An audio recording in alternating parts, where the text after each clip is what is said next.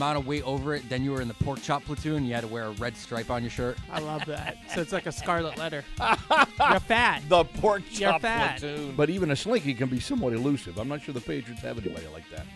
It has its ups and downs. But we got people in this business who can't pick their nose, much less pick game. You get a particular evil pleasure out of putting some of these things together out of context, don't you? Now, here's your host of Patriots Playbook, John Rook. This program is an entire take out of context. I mean, because unless you're listening closely, what am I trying to say here? Whoosh, over your head most of the time, right? Most of the time. Thank you for agreeing with me, Maureen. Appreciate that. Welcome into the Playbook, everyone. It is Wednesday. It is December the 20th. We're a little less than a week away from Christmas. I do want to talk about a couple of Christmas things, but interesting conversation we have here with Evan Lazar, who obviously leads us off here in our opening half hour. We'll also have Parker Gabriel, who covers the Broncos for the Denver Post, coming up, along with Ben Volen from the Boston Globe. Russell Baxter will be along in hour number 2. We just started talking about it because I'm trying to remember where I saw it. Somebody did a story on it, and I find it, and I read part of it, and I forgot who wrote it. So forgive me. Maybe if someone who's listening to the program knows where I'm talking about, remind me. Send me a tweet or something.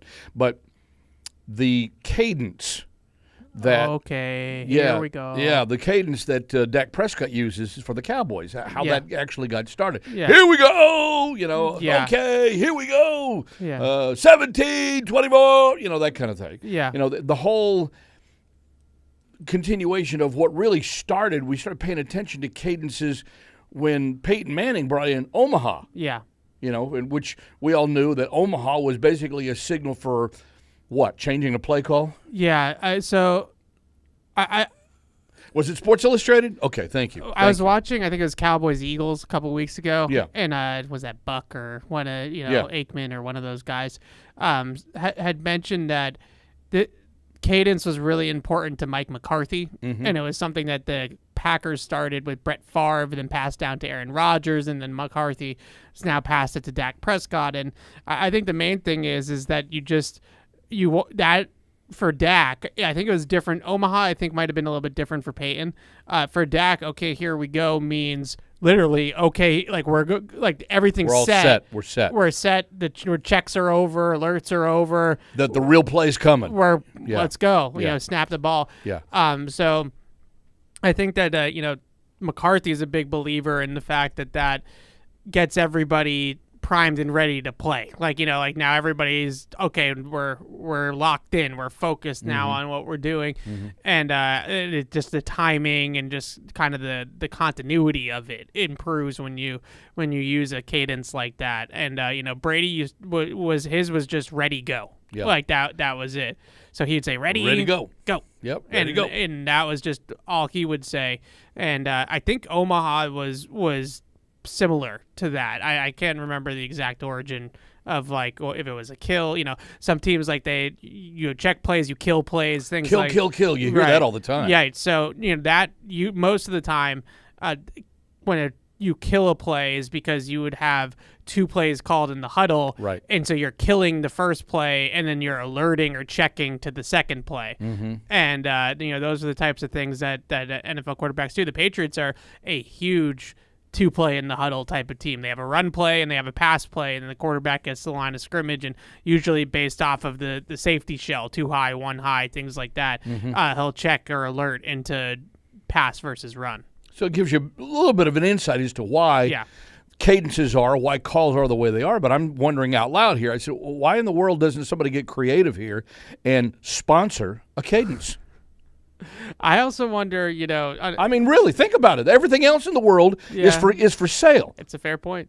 So why couldn't you say, I'm for sale? I literally, if you're gonna pay me to do something, I'll do it. That's the way I look at it. What am I holding up here? Here we go. Yeah. See, look here. Yeah. We're all for sale here. Yeah, absolutely. You can get paid to be sponsor.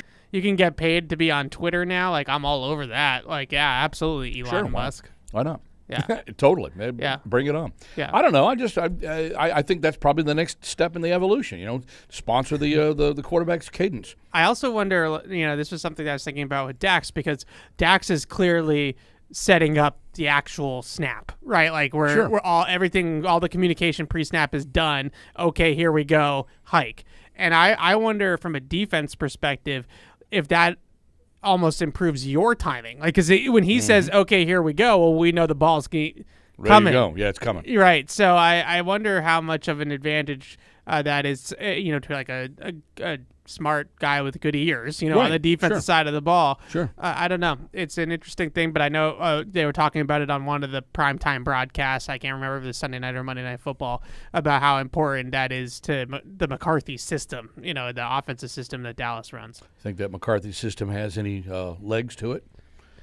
My guess is if the Cowboys flame out in the early round of the playoffs is that Jerry Jones will make a change. Yeah, honestly, I actually think that early on in the season when they played the Cowboys, played the Patriots, I actually was pretty down on McCarthy's offense, and I thought it was pretty vanilla. And then they came in here and smoked New England. They did, and since then, though, watching some of their games, I don't watch them as closely as I did that week, but watching them, on TV and things like that, I have noticed that they've spiced it up a little bit. There's a little bit more going on, and I actually think McCarthy's doing a pretty good job with that offense. Now, they basically have a head coach of the defense with Dan Quinn, so he doesn't do anything with the defense.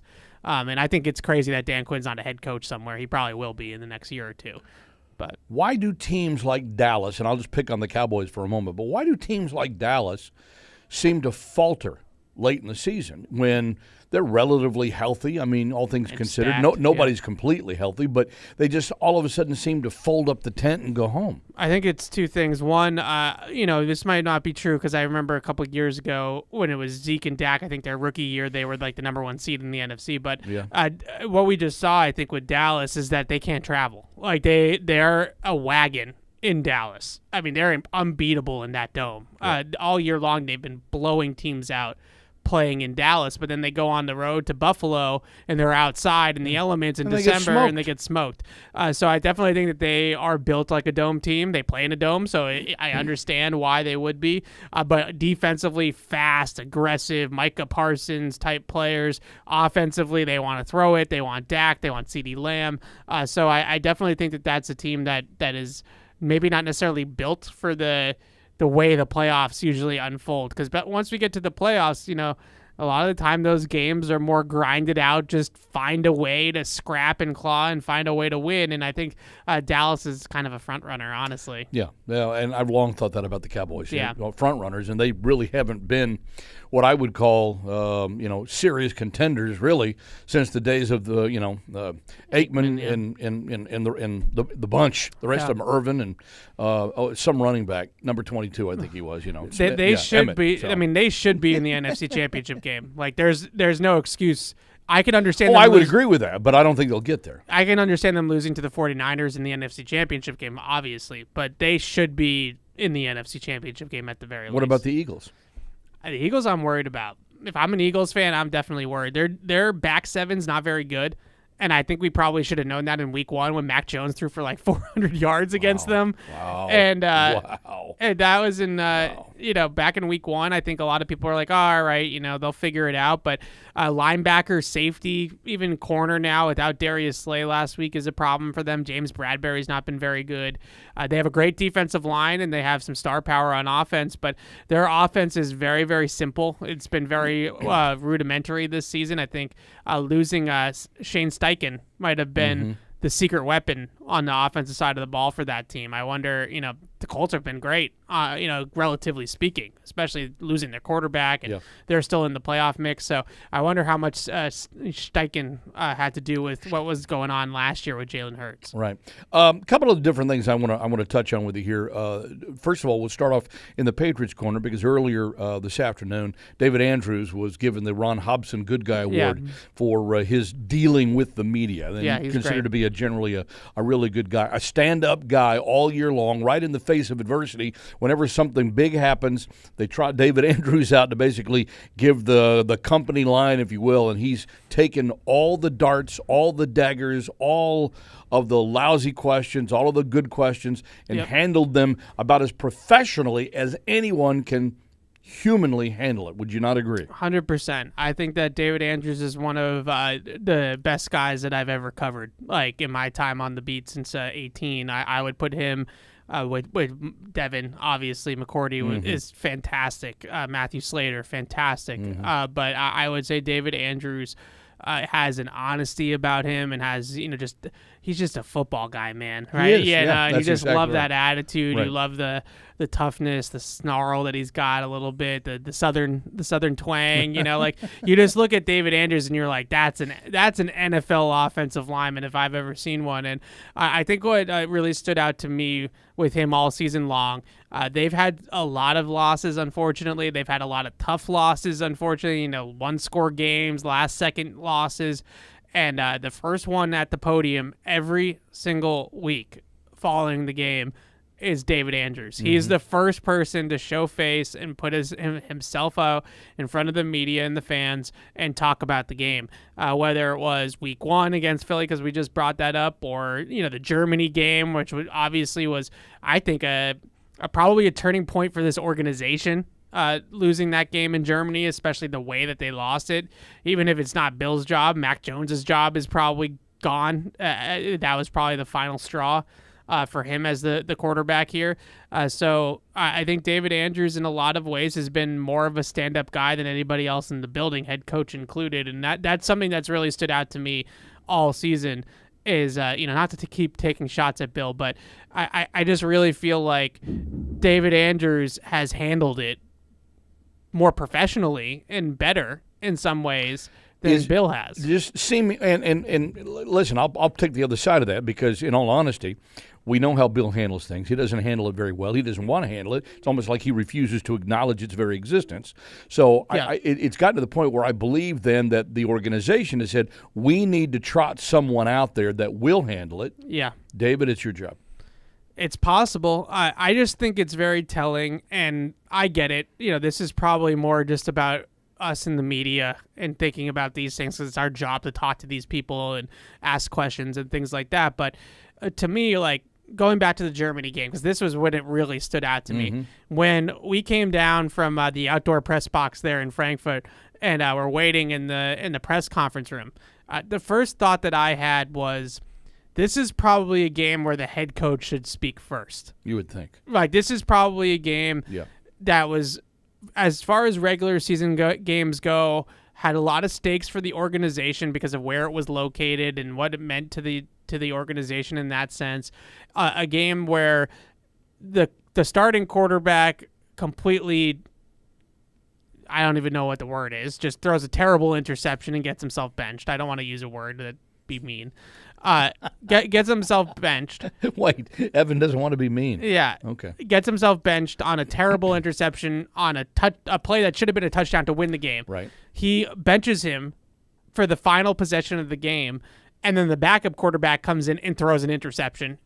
And the first person to come out to speak to the media is a guy that really doesn't have the answers that we're looking for. Right? Like, not that anybody has to give us any answers, but like, you're asking David Andrews, like, what did you think, David, of Bill benching Mac? Like, he's just the center. Like, he just works here, right? He can't really answer that question, and I'm not even sure why that question was answered, because he can't answer it. But I suppose he understands that he can stand there and deflect it as well as Bill can.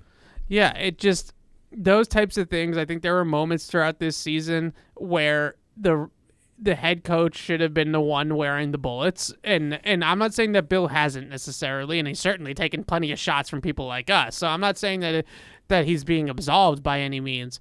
But I just feel like it's worth saying that I think David Andrews has in many ways represented the organization as the front-facing player of the team, maybe more than anybody else in the organization. He deserves probably a flak jacket to go along with his trophy that he got today. Yeah. I mean, he's asking, like, you would think, and I think, a lot of times Devin was the same way when until he retired. Matthew Slater is certainly the same way. We were all spoiled by the way Tom Brady handled it, though. Brady handled that. He handled everything when he was here, and we were all terribly spoiled by the way he handled everything. Yeah, I just think that those guys become almost like in between coach and player, like they're above player, and like they're all, and so they get a lot of questions from the media that are probably coach questions in other places. Matthew Slater gets asked all the time to give us like the pulse of the team, like how's the mood, how's the locker room, how's the guys, how are they doing, all these types of things, and like it's like he's not the coach, like he's just a player on the team, but they've transcended that in a lot of ways, and I think David Andrews is in the same category on the offense, where he's transcended into almost like a player coach in a lot of ways, just because of his experience and his leadership.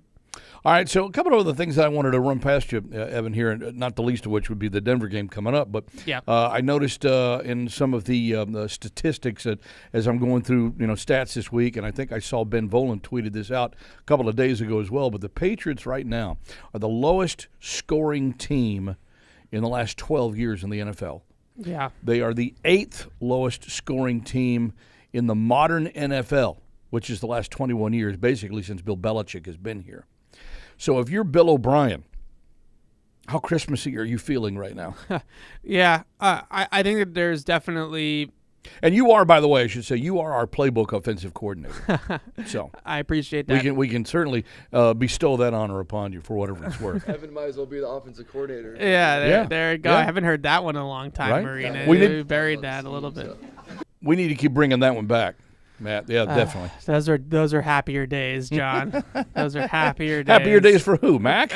All of us. All of Mac, me, everybody. There was still hope back then. There was still hope. Okay. Yeah, I think it's a good question. Like, how much responsibility does Bill O'Brien have to bear for them being statistically probably the worst offense in the NFL, if not like the second worst? Like, it's like them or Carolina, right? Now that Mr. Italiano in New York has the Giants playing okay, like it's pretty much the Patriots or the Panthers at this point in terms of worst offenses in the NFL. I think the pushback, and maybe it's just take married to the fact that I thought Bill O'Brien was going to help things here, or I think it's more just that I am confident that a 30-year offensive coordinator, like a guy with that much experience, is probably a pretty good coach.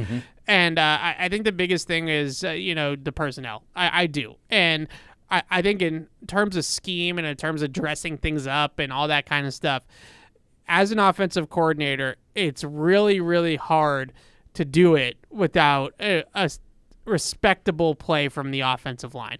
Because we can sit here and say, oh, well, why doesn't he scheme guys open? And why doesn't, he do what Mike McDaniel does or Kyle Shanahan does or whoever to get guys open? But if the line can't give you that extra second.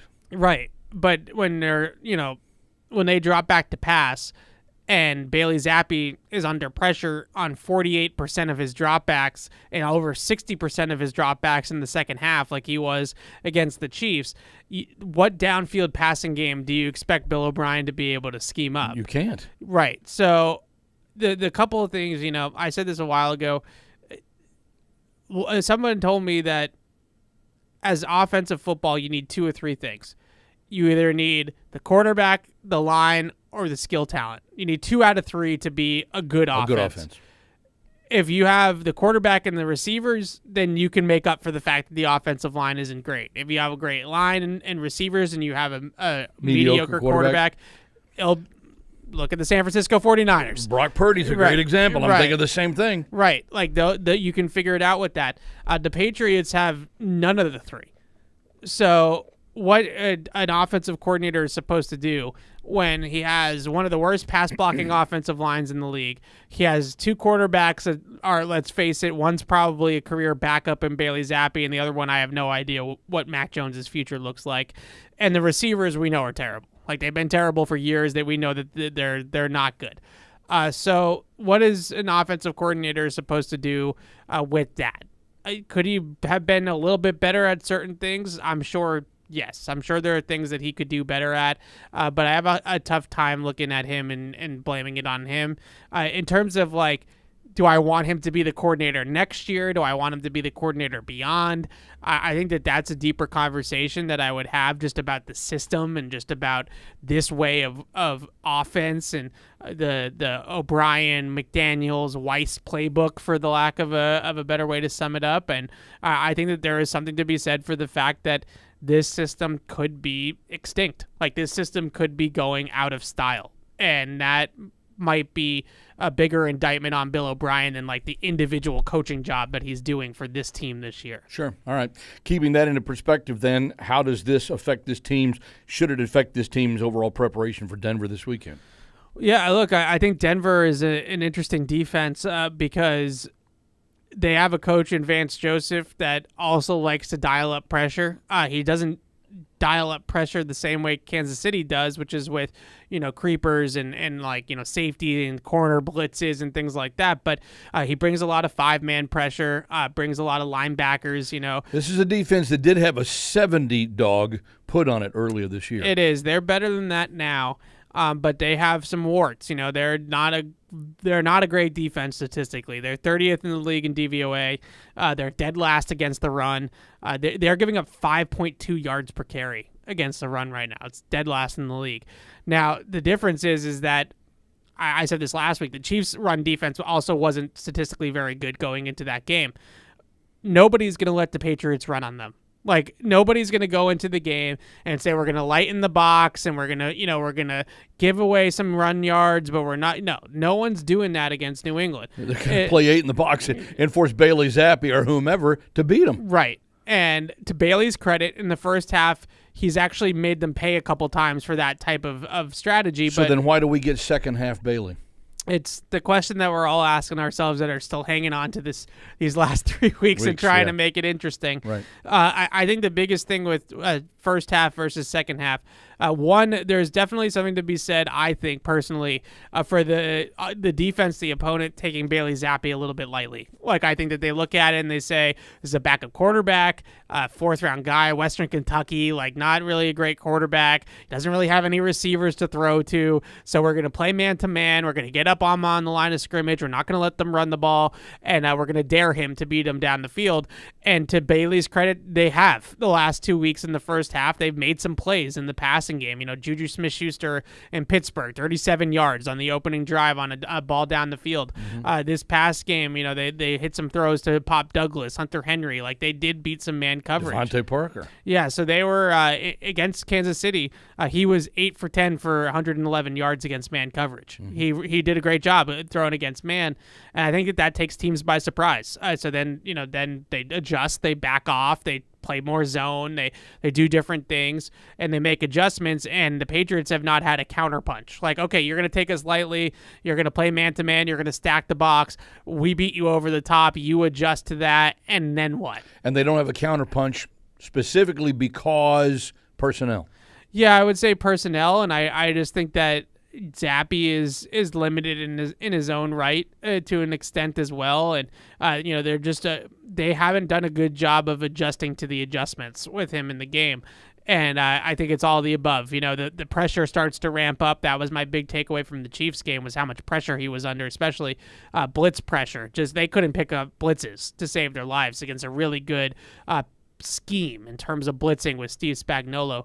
So that was a big problem for them in this past game, was pass protection and being able to pick up blitzes. And I think the one thing that I looked at, about it is that there's a lot on the quarterback in this system we've been joking on PU all week, set Mike points, get the protection set, sniff out blitzes pre-snap, different things like that. All of that falls on the quarterback in this system to program the offense to have the best play possible at the line of scrimmage. Bill O'Brien's a big believer, and he said this multiple times this year, that you can't just call a play through the headset anymore and then get to the line of scrimmage and run that play. The defenses, they're too multiple, they're too good. He might call a play that's a great play against a certain defense, and their defense is in a totally different defense. So, like, why would you run that play? And it's on the quarterback to get them out of those plays, to get them into protections that work. And I think in this game, frankly, Bailey missed some of the protection calls and some of the blitzes. He owned up to one that they sent a corner blitz from the boundary, and he got sacked on the play, and he didn't see it coming. And that system, that alert system of protections, I have a bigger picture thought of, can anybody do that besides Tom Brady? Like, could anybody have that type of football IQ and acumen to get to the line of scrimmage, survey the defense, check into the right protection, make sure everybody's in the right places, snap the ball, and then go and win post-snap, right? Like, it's not just winning before the ball is snapped. And seems like an awful lot, doesn't it? I don't know if anybody else can do it at a high enough level to carry this offense. I don't. Yeah, and I think we're learning that the hard way. Yeah. There's basically only one TB12. Hey, safe travels this weekend. Happy holidays to you and your family. As well, you as well. Enjoy the holidays with that little nephew of yours. I will, thank you. All right. Evan Lazar, he's off to Denver. And, of course, we'll have him back here on the program, as we always do on Wednesdays. We'll transition here a little bit, change gears. We want to welcome in Ben Volen, who covers the Patriots for the Boston Globe. He's kind enough to give us a little time here today in the playbook. Hey, Ben, how's it going? Happy holidays to you. Yes, you as well. Happy holidays. Great. I got to ask you. I saw this, and I'll give you the credit for it because it was a tweet that I saw last week that I guess I had known and really didn't know until I saw it in black and white. But it was a statistical number where the Patriots are the lowest scoring team in the last 12 years in the NFL. And then that made them the 8th lowest scoring team in the modern NFL, which is basically in the 2000s. And I guess that just struck me as, wow. It was stark. It was real. It was cold. It was raw. It was everything at once. And I'm wondering, is this more of an execution issue? Is it more of a personnel issue? Is it more of a coaching issue? And by execution, I follow the John McKay line of thought. Yes, I'm in favor of all of them being executed. Yes, I'm in favor of blaming all of it. I think, the Patriots built kind of a faulty offensive team going into the season. Yeah. A season where, a lot of questions about the quarterback. We said, did they put enough around him? So I do think that there are legitimate questions about the personnel. I do think execution at this point in the season has been pretty bad. Watching the tape the other day of the Chiefs game, I mean, the offensive line couldn't handle a twist or a stunt. The communication was awful. You've got receivers and quarterbacks not on the same page, running different routes. It's just looking very sloppy out there for week 15. So, I don't know why they're having these issues on offense, why they're still having such communication issues on the offensive line, probably because, they haven't had any continuity up front this year. And now Bailey Zappi is probably, he's calling out a lot of the protections and, not someone who's not as experienced. So I just think all the way around, it's been a pretty dreadful season. And when you compare, the first 15 games of a season or first 14 games of a season, Patriots offense is the worst since 2011 and the 8th worst since they expanded to 32 teams. They're averaging barely over 13 points a game. So it's just been terrible this season, and I don't think you can point to one thing. I think it's both the team they've built and their inability to execute anything here during the season. Yeah, I kind of feel like there's plenty of, as the saying goes, plenty of blame pie to go around for everyone. But at the same time, why it has transpired has to all go back to me to really personnel. I mean, I don't know if you can't really. I'll put it to you this way: you can't make chicken bleep unless you have the chicken. That's a great point. Yeah, and so I'm wondering, well, okay, coaching is one thing, but if you're coaching chicken bleep, you're going to get chicken bleep. If you're not coaching chicken bleep, you got chicken bleep. So I'm just saying, it really is a personnel issue, and I think the one thing that the Patriots have glaringly not had this year is the right people in the right spots, and the offensive line is where it really all started. We didn't have an offensive line on this team, the one that we thought that would start the year. It hasn't been together at all. I don't even think for one snap of the football, just because of injury and other things that have transpired, illness, everything else that's gone on this year. But even so, had it been healthy, I'm not sure it would have been the answer. I'm not sure it would have been good enough based on what we've seen thus far, from the Patriots offensively, and certainly not something that, Mac Jones or Bailey Zappi could have overcome. Does it stand to reason then that perhaps when considering retooling this offense, and again, we don't know who's going to really play quarterback. We don't even know for sure who will be the offensive coordinator next year. Doesn't it stand to reason, though, that you have to start with the rebuild by building up front? I don't know if that's necessarily the case. I mean, I do think that the offensive line does need to be rebuilt, but I don't know. I look at the Bengals from a couple of years ago. They made the Super Bowl and were a couple minutes away from winning it, and they still had a dreadful offensive line. Joe Burrow took a lot of sacks. That is, if you can get a Joe Burrow. If you can get a Joe Burrow, I would agree with that. Sure. So, I mean, you can never – it obviously never hurts to have a great offensive line, but to me, you can't build the offensive line at the expense of missing out on potential generational talent at quarterback or wide receiver. I think those are clearly the most important positions in the NFL. And, it is, of course, a little bit of a chicken and egg situation as far as, does a great line make a good quarterback, or does a good quarterback make the line? So, I mean, there's obviously very good reasons to invest in the offensive line. You can still find good offensive line prospects throughout the draft. To me, if you have a chance to get an elite quarterback or an elite wide receiver, that is one opportunity you really can't pass up, just because I think those are such important positions, and those are the clear positions of, deficiency right now on the Patriots. They just don't have the firepower on offense.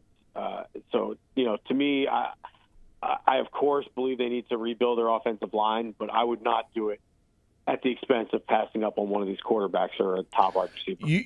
And I'm just playing devil's advocate here, but could you not make the argument, though, that, let's say you do get that quarterback or you do get that receiver. I'm thinking Marvin Harrison, I'm thinking Drake May or Caleb Williams or whoever, really, in the top 2 or 3 picks. Those are guys that get mentioned the most here. You can pick those guys, but if you don't have the right people in front of them and protect them, give them a chance to do what they do best with the ball, what good have you really done? Again, you're absolutely right, and you would hate to kind of ruin a rookie quarterback. Like I remember the Texans with David Carr. Oh yeah, he just got pummeled his rookie year, and you definitely don't want that. So I would hope that you could do both, though. You could still build a quality offensive line without having to use the number 2 pick on a tackle. Just in my humble opinion. I wouldn't use a number. Find guys in free agency. I agree with that. I would definitely not use a number 2 pick on a tackle. You can't really, though, think about, oh, hey, this guy, the number 2 overall pick or whatever, if that's what the Patriots end up with. You can't just say, all right, here's our savior, everything's going to automatically be better. Nope, and that's going to be a common misconception, I think, that a lot of fans will be falling into over the course of the next few months. There's so much work to be done. This is just the head of the snake. The body of the snake's got to come after. And if you don't have the body of the snake to follow, then the head is just going to flop around and do nothing. That's true. I mean, you do have to surround the quarterback with good talent. But, I mean, I do believe that a good quarterback kind of changes everything. And you look at the Houston Texans, like the last 2 years, they were drafting homegrown talent and developing, but it wasn't producing any wins. It was hard to see the fruits of the labor without the quarterback.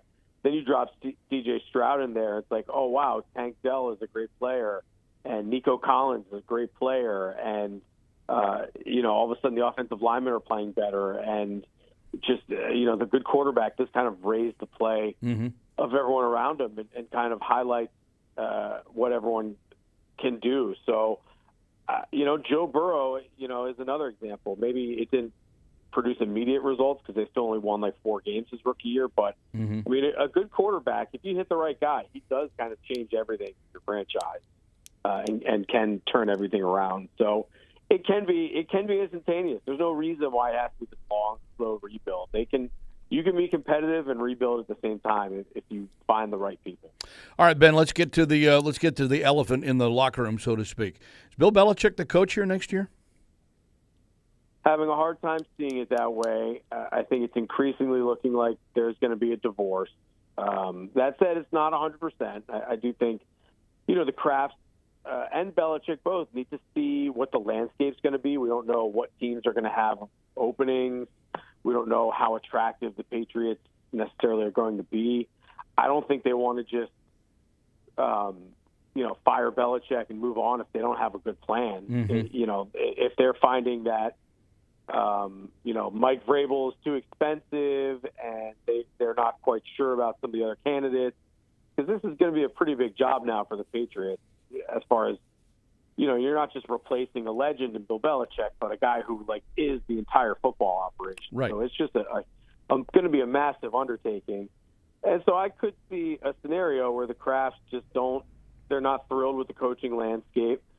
Belichick is under contract for another year, and let it almost be a way to kind of punt the decision for another year. I'm not saying that's the best decision for the organization, but I do see that as a path for Belichick to return.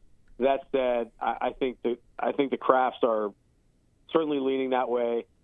I think Belichick is starting to tire a little bit of maybe some of the meddling from the ownership, and I do see Belichick growing weary of the current situation. I think that's just a 71-year-old man being cranky. Very possible, and that Belichick is a different coach now than he was 20 years ago. No question. As we all are, of course. Yes. But I think they're headed towards a divorce. I think ultimately it will be amicable. They'll find a way to let Bill go to whatever team he wants, but probably avoid the big buyouts the Krafts have. See, I agree with your last premise, Ben. I really believe that, seeing the coaching market as it is, unless there's a definitive plan, and there's going to be so much about this organization that would just have to be turned inside out and basically washed clean. And I'm not saying this to disparage Bill Belichick, because clearly when you have, 10 Super Bowls and 6 championships and all this other stuff that's gone on during his tenure here, roughly, then there's not a whole lot that you really want to wash, but at the same time, in order for the next guy to come along and sort of do his thing, you almost have to come clean. I don't know that happens right away, and because there is another year on the contract, I definitely can see, and this is where I've been siding all along, just to make the record perfectly clear, and we've said it here on this program, we've said it other places as well, in spite of other people saying that, hey, he's gone, the deal's been done. I've never thought it was done. I've never thought he's going to be gone. I always think they're going to pass this on for another year, but the transition process is starting. I think it started last year when they anointed, Gerard Mayo as the new cool kid on the block. Yeah, I definitely don't think it's a done deal, and so I there is a path back for Belichick, but again, I'm not exactly saying I'm not saying it's exactly for the right reasons. I think the organization, I think the football team needs a refresh. I won't argue that. Incredible. No, incredible run for Belichick, but right. It's been 24 years. Yeah, it's probably time to move on. Yes, but if to me, it's like Vrabel is the perfect guy because of his experience as a coach, and as a player, and his importance with the Patriots. Mm-hmm. I'm not sure how many other guys out there, really fit the bill right now, because, like I said, it's going to be a massive undertaking. If the Titans were better, Ben, if the Tennessee Titans were having a better season, I would buy into that 110%. That Mike Vrabel would be the next coach here in New England. But because they've struggled the way that they have, that puts a seed of doubt in everybody's head. It does, but I wouldn't put it on Vrabel. I think Vrabel proved himself how good of a coach he is a couple weeks ago against Miami when they pulled off that incredible comeback win at the end, and it was because of Vrabel's very smart strategy to go for 2 when a lot of coaches would probably just kick the extra point and play for overtime. Mm-hmm. But, yeah, the problem to me in Tennessee is one of personnel, and they have a new general manager there in Tennessee where I'm not sure he and Vrabel are totally on the same page with everything. So, ultimately, it's a player's game. And I think we've seen that over the years. You have the players, and you can win Super Bowls and be a genius. And if you don't have the players, a good coach can only do so much. I think Vrabel is someone who's proven that he gets the most out of his team, I think. And I just think the Titans this year are in a big transition phase with the roster and especially a quarterback right now. But Vrabel would be the guy I would want rebuilding the team. And frankly, the other guy, I think they got to bring Josh McDaniels back in the fold. If they're going to have a top 5 pick and a young quarterback to develop, McDaniels is the guy I want doing it based on his track record with all these different types of quarterbacks over the years. With all due respect to Bill O'Brien, the offense this year just is not working, and the players aren't taking to it, and you're still seeing a lot of mistakes. 15 weeks into the season, now that you have a chance to get a young franchise quarterback, I think Josh McDaniels absolutely has to come back into the fold and be the guy to work with and develop that quarterback. I think it's a very, very good point you just make. Final one for you here, Ben. What really significance does this game this week in Denver have? Not only certainly not only for the short term, but for the long term, or at least the immediate term. There's nothing this win can do for the franchise long term. A win will only hurt. We're at that point of the season now where you need. I know the players are going to play, and I'm not saying they shouldn't. And Belichick's going to coach to win, I think. Although, there were times against the Chiefs where maybe that wasn't always the case. But this is a team. This is a team that it's not like they're really building towards anything. It's that they're at the end of their run right now. They're easing to the finish line. Yeah. And there's going to be a lot of, no matter who's the coach, there's going to be a lot of turnover, a lot of transition next year. So, the players are playing for jobs either here or elsewhere. But franchise-wise, there's no benefit to winning these games. You've got to keep losing. You've got to get as good of a draft pick as possible. So, really, competing interest, I would say, for the franchise and for the guys in the locker room. Tank. Is that what we're talking here?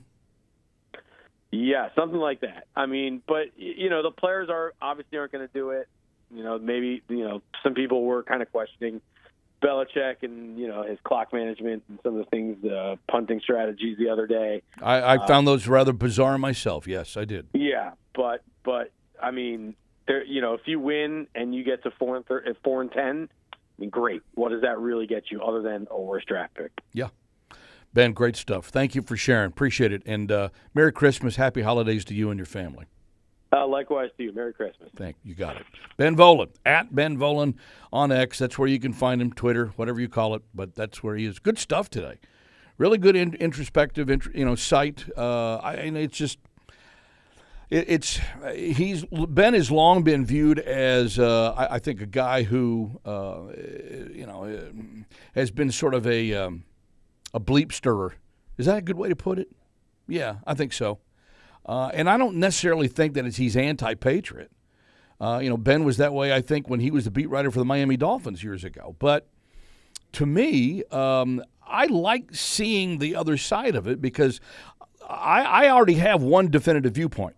I already know what I believe. My job now is can I find an opinion that's out there that is different from mine that has merit, that has some valuation to it, that makes some kind of sense. I like to see the different arrows being slung my direction. I do, even if I don't agree with them. But I appreciate that because I am in a fact-finding mission. I want to know what others are thinking, number one. And number two, I like to be able to compare and contrast and decide really where's the truth, because I think we can all really realize here the truth is always somewhere in the middle. Always, every time. It can be to varying degrees of the middle. It's never one extreme or the other, but it's always somewhere in that middle. My job is to ask questions. My job is to talk to people. My job is to find out what others are thinking in the effort to figure out where that somewhere in the middle really lies. That's why we try to examine it here on the program every week. This is a different perspective for a lot of us here. Nobody's gone through this around here in 30 years. to the extent that we're going through this year. The last time the Patriots were this bad was before I joined the franchise. Okay, that's a long time.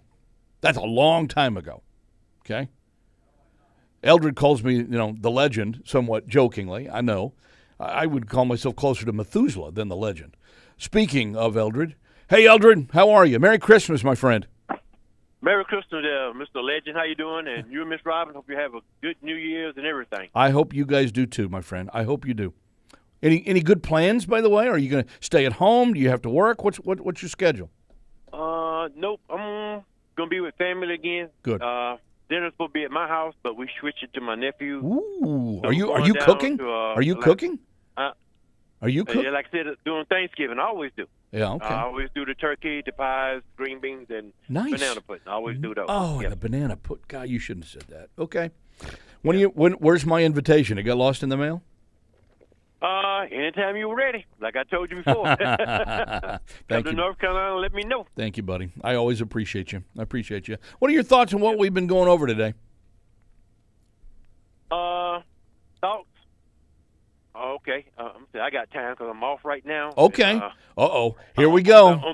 I have a feeling. I have a feeling Eldred's getting ready to open up a can of whoop ass. All right, here we go. Yes, sir. I am sick and tired of Bill apologies. Sorry.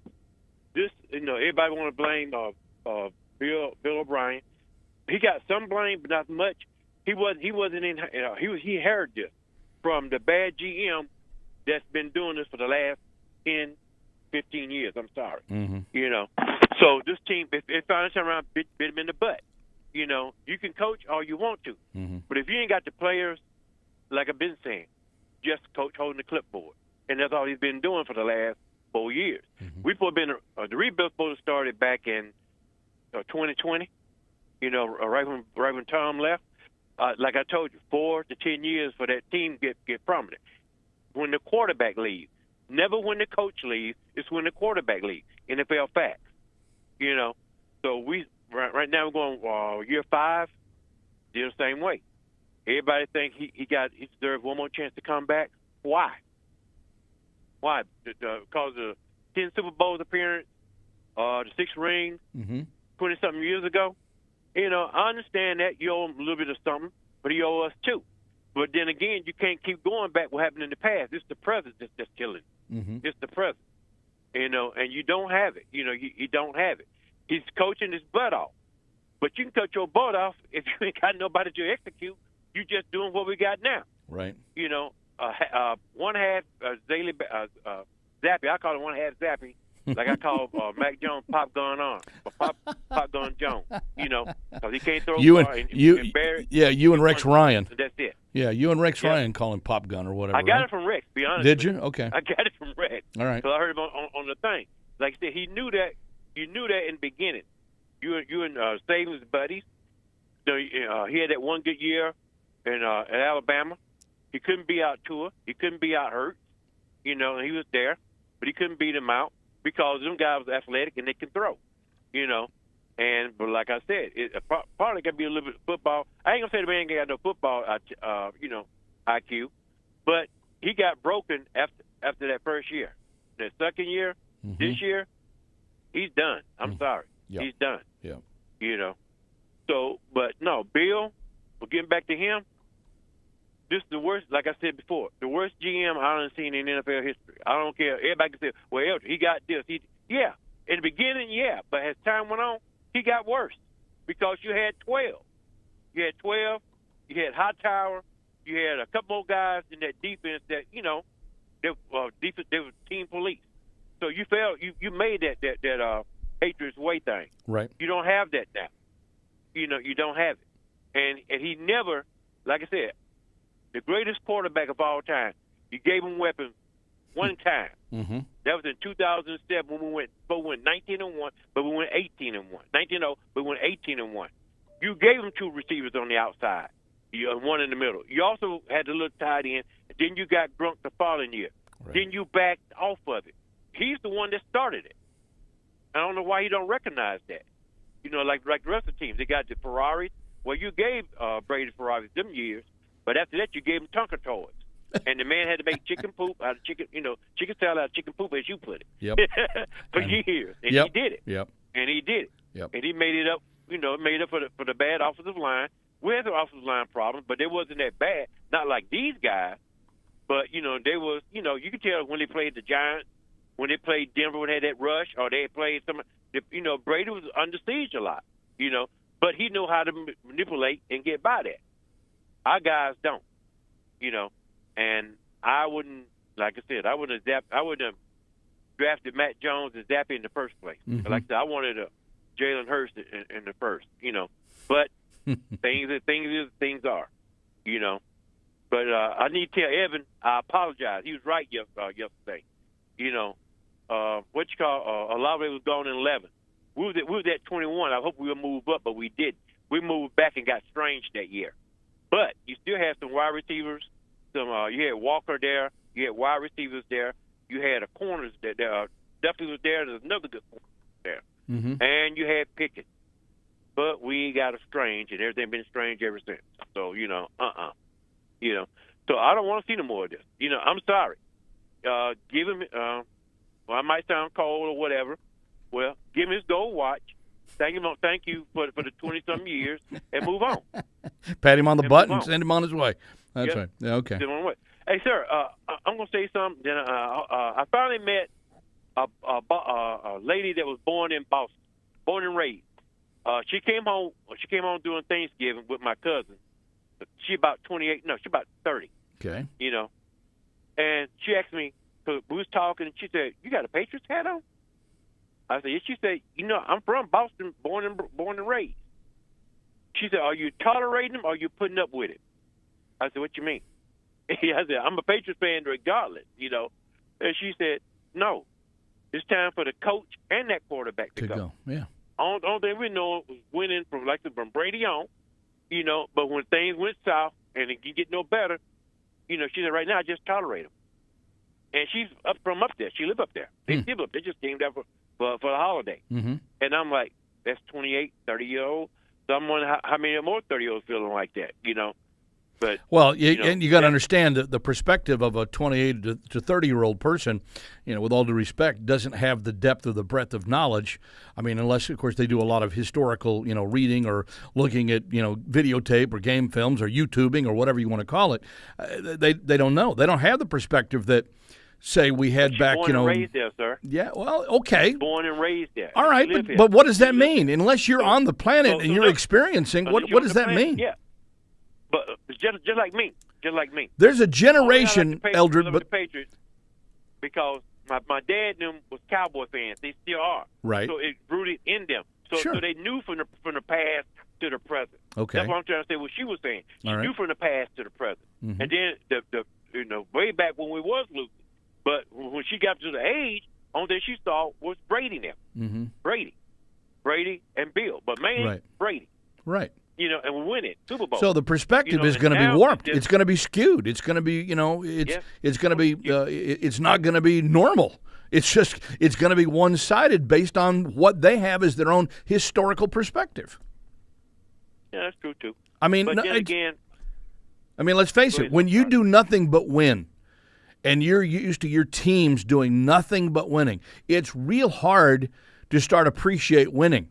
And how hard it really is to win in this league or any other league or really in any other sport that gets played at a high level, because there are a lot of really good people, a lot of really good athletes, a lot of really good coaches out there. So how do you learn to appreciate what you have unless you don't have it? Don't have it no more. I understand that too. But I think the other thing she was saying, but like I'm saying, I know we're going to lose. I know once Brady's going, everything's going to go whatever. I know somewhere during point of time, you're not going to stay on top forever. But give me a product that I can see and I can appreciate.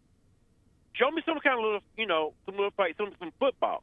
Not just Foxborough High or, you know what, Gavin High will whoop their butt where they play, because they rank top 25 in the country.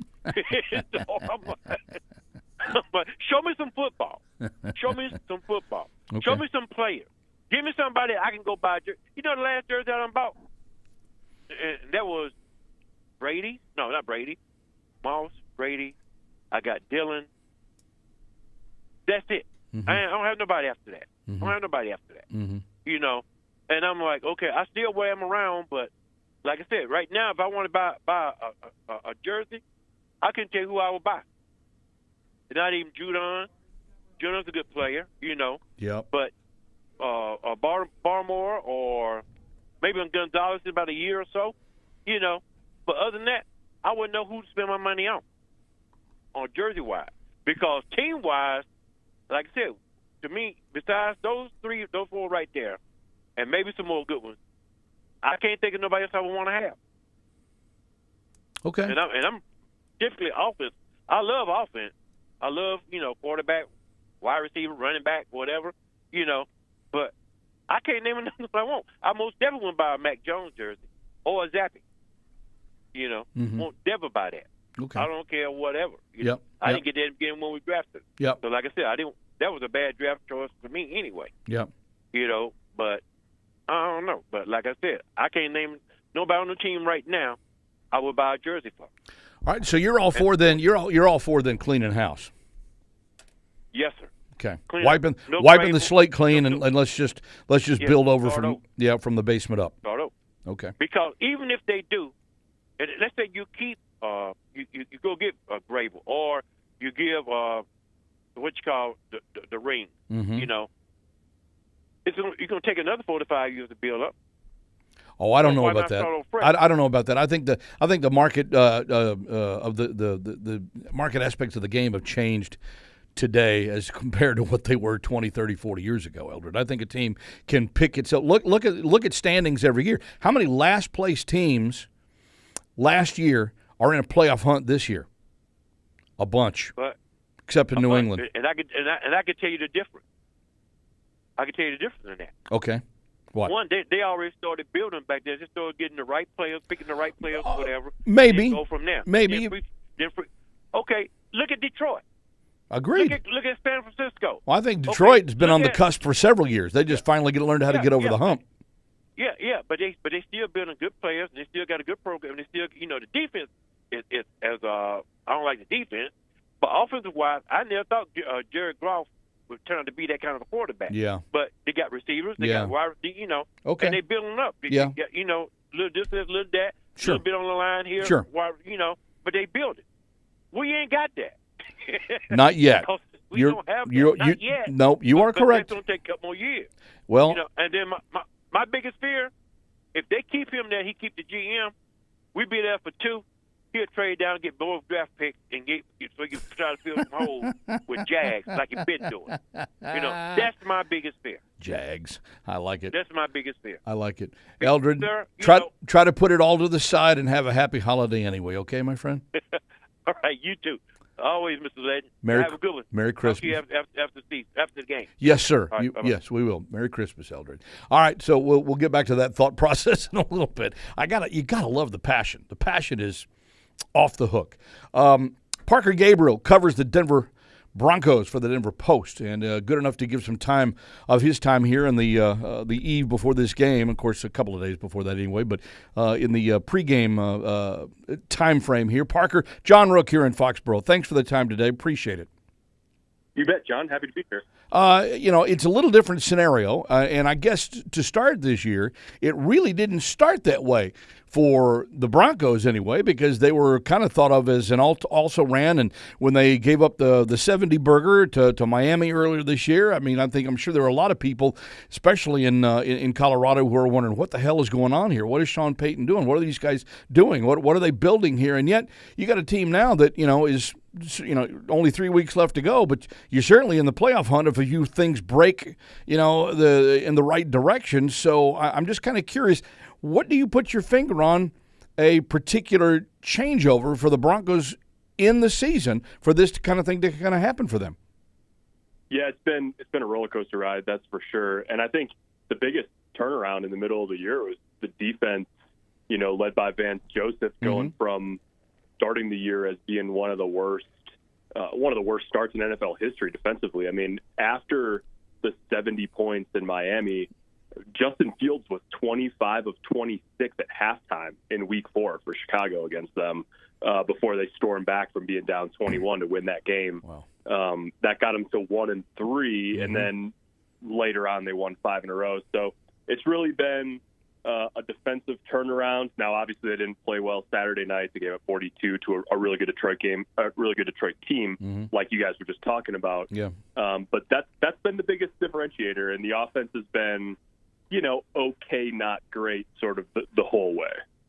Okay, so but the fact is that there's enough there to build on and to continue to move forward. And I'm wondering, was this already in place, or is this really, a guy like Sean Payton, is this his influence? Yeah, I think it's probably a little bit of both. For the most part, it was in place. I think the more that you've seen, now Denver hasn't been perfect offensively by a long shot, but the way you've seen Russell Wilson play this year, the way that they at least have a plan offensively. Now, it hasn't always been pretty. They've had to sort of, grind some games out and win that way. They're not the most talented offense in the NFL, but just having some organization and a coherent plan, and a guy who has won 150 plus games in the NFL, I think has really helped provide some structure to that side of the ball. And then they've gotten a big bounce back year from Cortland Sutton. He's got 10 touchdown catches. Sure. They've run the ball fine. It's been sort of a group effort. And it's probably worth saying that when Sean Payton got hired, they said about, they spent a lot of money on the offensive line and at tight end to really commit to running the ball. And when they have done that in games this year, they've been pretty successful. So the Broncos, I would guess, and again, I hope that you'll correct me here, got to win these last 3 to finish 10-7 and earn a playoff spot, correct? Is there another way? No, it's got to be 10-7. They need 1 or 2 other things to happen. It'll depend on the last 3 weeks, but they're in pretty good shape if they win the last 3. Okay, so when you look at it, and I think I added it up here, I think the 3 teams that are on Denver's schedule, you've got, I'm going to kind of look at it here. You got the Patriots, then I think you got the Chargers and Raiders, correct? So if that's the case, you got a team you got 3 teams whose collective winning percentage is 33.3. And that should give the Broncos, I think, enough incentive to go out and pound dirt and then pound on the Patriots this weekend, I would think. You would certainly think so. They've got every opportunity in front of them, and they've got, obviously, the Patriots have really struggled this year, and then you've got a pair of teams to close the year that are in your division and that have backup quarterbacks and interim coaches and interim general managers. So it's all right there for Denver. I know Broncos fans, having lost 7 in a row to the Raiders, would be nervous about 9-8 and going to the desert needing a win, 9-7, needing a win in Week 18 at Las Vegas. Right. But that would make for a pretty good storyline if it gets there. Sure would. Yeah, it sure would. Especially, I didn't realize it was 7 in a row. That's crazy. That's crazy. 7 in a row in the division. Yep. Wow. That's a number that will definitely get danced around a little bit. I don't know. This team seems to have kind of, maybe it's just because he's the focal point, but it seems like this team clearly started playing better when Russell Wilson figured out how to play quarterback again. It was an amazing rediscovery, wasn't it? It was. It truly was. I mean, you're thinking, oh, Russell Wilson's lost it. He doesn't have it anymore. And, then Denver gives up the 70 burger, as I talked about. And then all of a sudden, Russell finds his game again, and all of a sudden, the Broncos are scoring points. The Broncos are stopping people. The Broncos are getting competitive again. Broncos are actually winning a couple of games they probably shouldn't have won. And I'm like, wow, is there really is there a correlation here? Am I off target, or is that a pretty much an accurate view from afar? No, I think that's right. And the thing with Russell Wilson is he's talked for, in 2021, I think it was, his agent put out we're not asking for a trade from Seattle, but if we did, here's where we'd approve a trade to. And, New Orleans was on that list. And then last year, the last game of the season, they'd already sort of started the coaching search, and, Russell talked really highly of Sean Payton. He's always thought that it would be, beneficial or cool or whatever word you want to use to play for Sean Payton. And so I think he's really sort of bought into what that takes, and to, it's a little bit less of the, let Russ cook, and a little bit more of the, do what Sean says for the most part. And so that's for the most part, that's been a good thing for him. And then he also, he really trimmed up in the offseason. I think he probably, cut maybe 15 or 20 pounds. And so he's been mobile enough. His completion percentage is up. He's been much more willing to check the ball down and take easy yards than he was last year. Mm-hmm. And all of those things sort of combined have added up to, not all pro Russell Wilson, but a shift back at least in that general direction compared to what last year looked like. Okay, this being said now, the Patriots, one thing that they have done pretty consistently all year long on the defensive side is stop the run. And I know the Broncos have not played the run all that well on offense.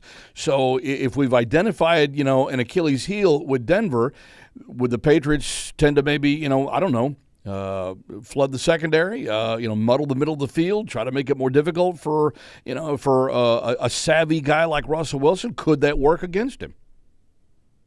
Yeah, I think it can. That's been the recipe. The teams that have slowed Denver down have taken away the run. Last week against Detroit, Detroit scored 42 points, but for most of the first, it was a punt fest. Denver's defense got off the field 3 times, and it looked like maybe it was going in that direction. But the thing was that Denver could not run the ball. Couldn't run the ball on early downs. Mm-hmm. They were in 3rd and long too much, and it sort of caved in eventually. And so that's definitely the book on Denver is, as funny as it sounds, it's make Russell Wilson be a passer. And, if you can stop them from running, they don't always have that sort of passing, the diverse passing arsenal that some teams out there do. They want to be under center. They want to be in the play action game. They want to build their passing attack off of running the football. And the times where they've struggled offensively have been the times when they haven't been able to do that. So certainly, it sounds maybe hollow or whatever with a 3-11 team, but I think it's a big challenge to try to run the ball against New England's defense and then figure out, how you branch off from there. And I asked more specifically about Peyton earlier to kind of lead to this particular point because what was the exact because you'll have to just refresh my mind here. What was the exact exchange of goods that the Broncos gave up for Sean Payton's services? Yeah, they gave up a late 1st-round pick. It was Miami's pick, right? And then they swapped. They gave up a 1st and a 2nd. And they got Sean and a 3rd back. The 2nd and 3rd, that swap is for this upcoming draft. What should anybody give up for Bill Belichick in return then? You knew I was going to head this direction. You had to know that because clearly it seems like there are opportunities there. Most Patriots fans, I think, believe it's time for Bill to move on and for this franchise, from a distant perspective here, this franchise to probably blow it up and start over again. I can't say anybody's wrong at this stage of the game, but if Sean Payton is worth a 1, what is Bill Belichick worth? Yeah, that's a great question, John. It's interesting because I talked to quite a few people about this during the offseason about a year ago because it's hard to teams and people and analysts. We put so much now into analytics and how do you value something, and so it's obviously difficult to sort of put an analytical value on a coach. But a lot of people I talked to, they thought that a 1st and a pick swap, sort of like a mid-1st round value for Sean Payton, that's probably a good use of draft capital if you just think about sort of trying to put a dollar number on it. And so I think, I had a draft analyst tell me or a analyst tell me last winter, like, if I were any team out there, I would make San Francisco turn down, 2 first-rounders plus for Kyle Shanahan every offseason just to see if their thinking on that ever changes. And so I don't know. I think 1st-rounder plus easily. 2 first-rounders wouldn't be outside the realm of possibility. Obviously, some of that depends on, how long you think you're getting a guy for and all of that. But, for one of the best coaches of all time, you would think that the return would be substantial. Does it sound even crazy to think that the Patriots are ready to move on from one of the best coaches of all time, as you put it? Yeah, it is all a little bit crazy. I think, all good things that obviously I don't know much about the situation out there. All good things do come to an end at some point.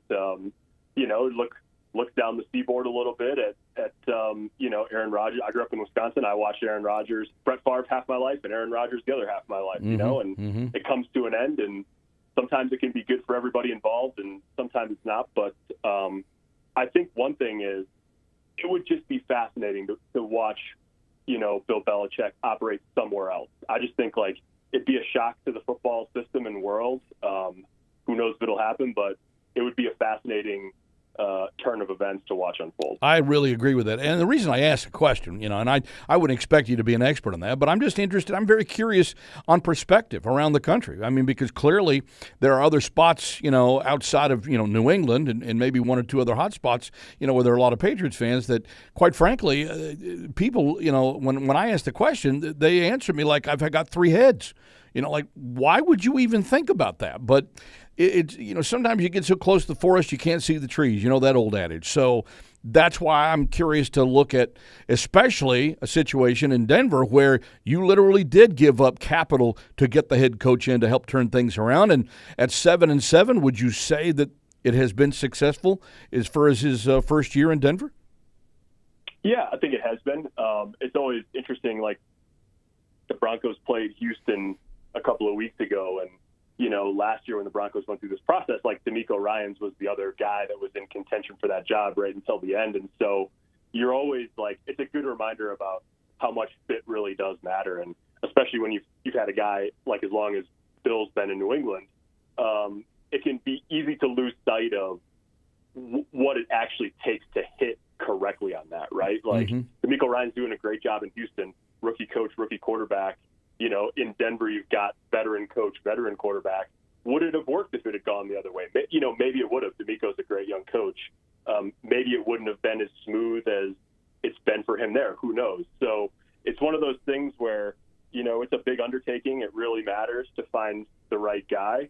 And I will just say, John, it crossed my mind a couple weeks ago what the AFC West would look like if Belichick was with the Chargers and you had Andy Reid, Bill Belichick, and Sean Payton in the same division. I would just, that would be interesting. Dude, I was just getting ready to go there because I'm thinking that's one of the spots that he's rumored, to potentially be a candidate for, especially now that the Chargers have made a coach and a GM change in.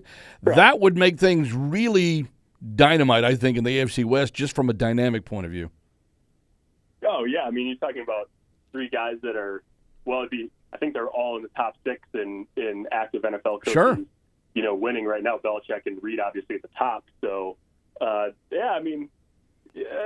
be very interesting. Obviously, I feel like it's shaping up to be a wild winter on the coaching carousel. I'm just trying to give you story ideas, Parker. That's all. I want you to succeed at your job. I'm just trying to give you ideas. So. That's much appreciated. That would make for quite an interesting ownership meeting in right? the spring. I'd have my work cut out for me. I got to tell you, I mean, listen. If I'm covering one of those teams in the AFC West and that actually transpired, I'm like, whoa! I'm not getting any sleep for the next couple of years. I don't think. Yeah, no doubt. And Sean, Andy Reid too. Obviously, Sean Payton's a guy that's very familiar, coming from the Bill Parcells tree and all of that. And so, it's a fascinating matchup this week. It's a fascinating several weeks ahead for the Broncos trying to make the playoffs. And then, obviously, whatever happens on the coaching carousel league-wide is going to be never a lack of things to talk about in this league. There never is. Parker, appreciate the time today. Thank you so much for the insight and the knowledge. Hope we can do it again sometime.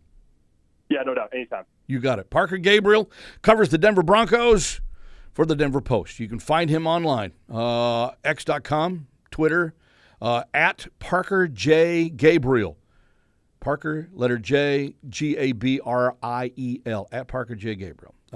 Some good content on the Denver Post if you've never read the Post or never seen the Post, and he's got some good content on there concerning really perspective, really, over the whole Sean Payton thing as I was talking about. And I thought that was that was one of the things that I was actually angling for thinking about this week in this matchup. I'm kind of like, the game, I mean, can we be real here?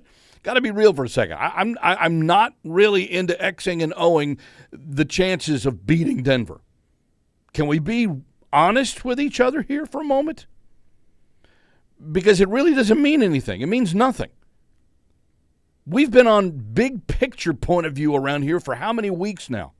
Since what? Week 3? Week 4?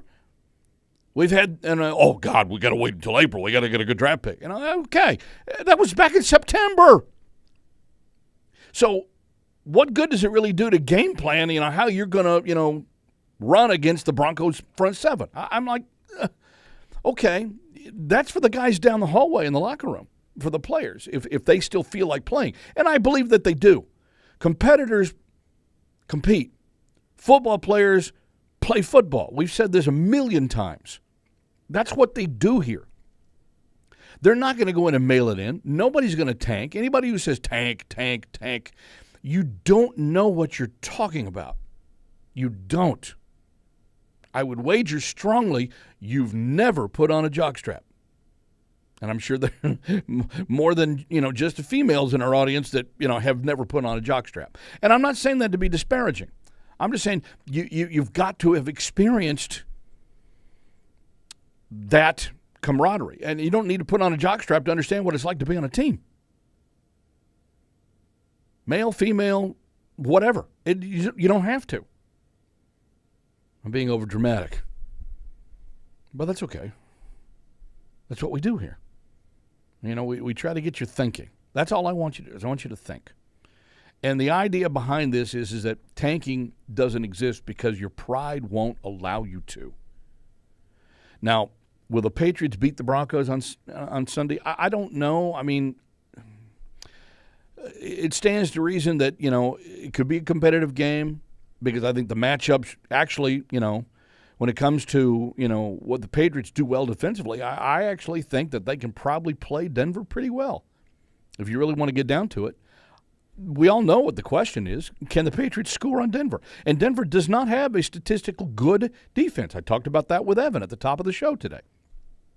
So could this be an entertaining game? Sure, it absolutely could be. Could it be a close game? Yep, you bet. Certainly every bit as close, if not closer, than the Chiefs game was this last weekend. Except for those curious calls that Bill had on fourth down when the game was still within reach and they decide to punt, and then they go for it on fourth down deep in their end of the field. I don't have any explanation for that one. Bill tried to pass it off. I listened to him on Patriots Monday on WEEI earlier this week, and I still don't understand. And maybe that's just my, lack of overall football knowledge. And I know it's going to be because I just don't understand the way Bill thinks. Very few of us, I think, probably get the way Bill thinks nowadays. Makes no sense to me. I mean, when you're in the game and you're already not going to the postseason, why don't you go for it when you got a statistical better chance? I don't understand it. I understand, well, it's a war of attrition. We didn't have enough healthy bodies, and I know that was part of the reason that he gave. This has been one of my chief nitpicks all week long anyway. And I get that. And you don't want to put anybody else in harm's way, because it seemed like for a while there against the Chiefs they were dropping like flies. And then I'm thinking, okay, then you subscribe to what you always subscribe to, the theory of next man up. I don't care who it is. I think the Patriots were one more injury away from putting a defensive lineman on the offensive line. That's how bad it's gotten. Okay, so what? You got to put a body out there. Move Mike Gesicki in there. What has he done this year? And again, I'm really not being disparaging. It's just, hey, facts are facts. Nobody's done anything. So if you got to make the move, you make the move. I just didn't get why you wouldn't, there's got to be a little bit more aggression. You got to, I'm going to use a baseball analogy here. Every once in a while, the pitcher who throws 98-mile-an-hour heat needs to throw a changeup. Okay? Because every once in a while, those guys are going to sit back and just wait on your fastball. And before you know it, they're going to catch up to it. And before you know it, it's going to be leaving the yard. So you got to throw a changeup or a curveball or a slider or something. But you can't keep throwing 98 heat. And I feel like that's what the Patriots are doing. They're way too predictable. When was the last time the Patriots ran a gadget play on offense, by the way? I realize they hadn't done the basic stuff worth a damn either, but when was the last time you saw, the Patriots scheme up a gimmick play? wouldn't you think that this would be the year because they struggle mightily moving the ball and getting points at all, or getting even in having success in the red zone and making kicks, for God's sake? I mean, poor Chad Ryland. I almost feel sorry for him now. He's getting the brunt of all of our darts, but I'm just like, wow. Big whiffer! Big whiffer! Yeah. That might be my favorite drop. Big whiffer! Big whiffer!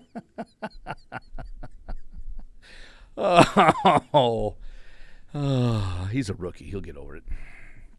He's got his whole career ahead of him. Kicker. Yeah. Get over it. When I hear, oh, he's a kicker. When I hear that, I always come back to the whole Peyton Manning thing on Vanderjack when he said he was nothing but a liquored up kicker.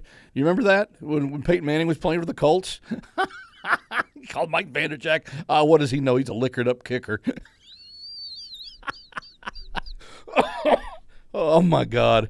I thought I would choke until I just couldn't breathe anymore when I heard that one. But I mean, I get that. Look, and I have a former roommate. Okay, I was out of college. I was working in San Antonio for the Spurs, and I was actually doing football games in the old USFL at the time. And my roommate is a former kicker. He's all Southwest Conference place kicker for the Texas Longhorns back in the mid-'70s, and he was the special teams coach and equipment manager for the San Antonio Gunslingers of the USFL.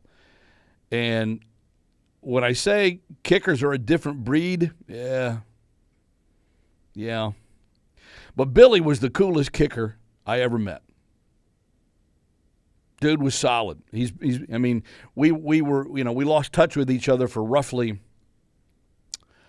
oh gosh, I'd say from the time I moved up to New England, I would say we lost touch with each other for about 15 to almost 20 years, 15 years at least. And then when I started working at ESPN in the late 90s, that's when we sort of reconnected. And then, of course, through the magic of social media, we've been connected really for, the last 20 years anyway, through social media, if nothing else. And it's been good to reconnect with old friends, and that's where I find one of the benefits of social media really comes into play here, is being able to reconnect with a lot of people that you've known over the years, and you enjoy their company, and you enjoy their knowledge, and you enjoy their sense of humor, and you enjoy a lot of things. And Billy was, he was a kicker. He was definitely a kicker. He was good.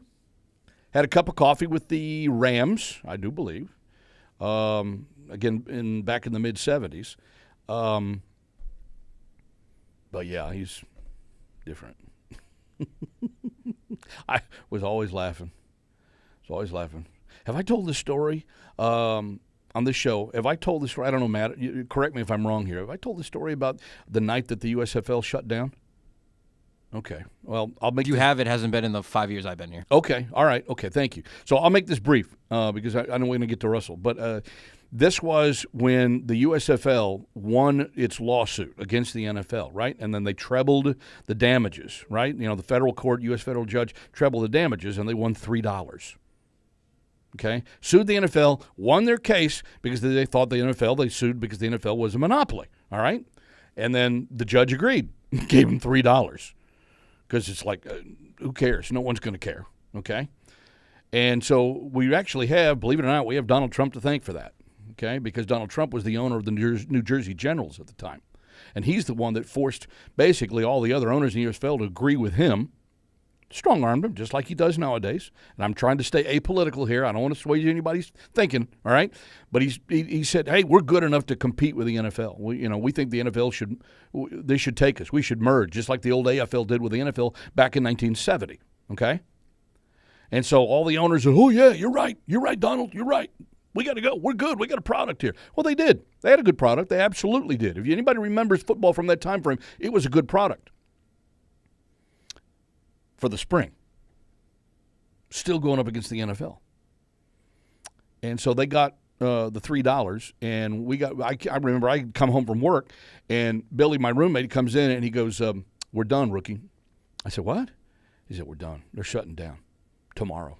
He said, I just got word that, the IRS is going to come in and padlock, the locker room and the equipment and everything on Alamo Stadium where the Gunslingers played back in the mid-'80s. at about 3 o'clock in the morning. And I said, crap, we're not going to get paid? That was my concern, as it would be, right? I didn't have a paycheck. Didn't get my last paycheck. He said, nobody's getting paid. Nobody's getting paid. So, midnight, we decide to take matters into our own hands. Billy has all the keys before they padlocked everything. Got into the locker room, got myself a helmet, a jersey, some cleats, workout clothes. I figured about $100 worth of stuff for at least the time, right? 35 years ago is what it was. 38 years ago now. So you have to, all things are relative, right? I figured back then that was about $100, probably worth a couple of thousand nowadays. But nevertheless, that's what we did.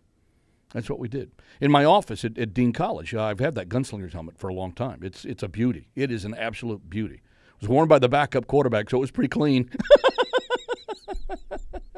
Yep. But that's how we got our last paycheck. Basically, is we just kind of took some swag. Okay, so come find me. Mr. Taxman, come find me. Statute of limitations has run out on that, hasn't it? Don't you think? 35 years, you think? Matt says I'm going to Google that.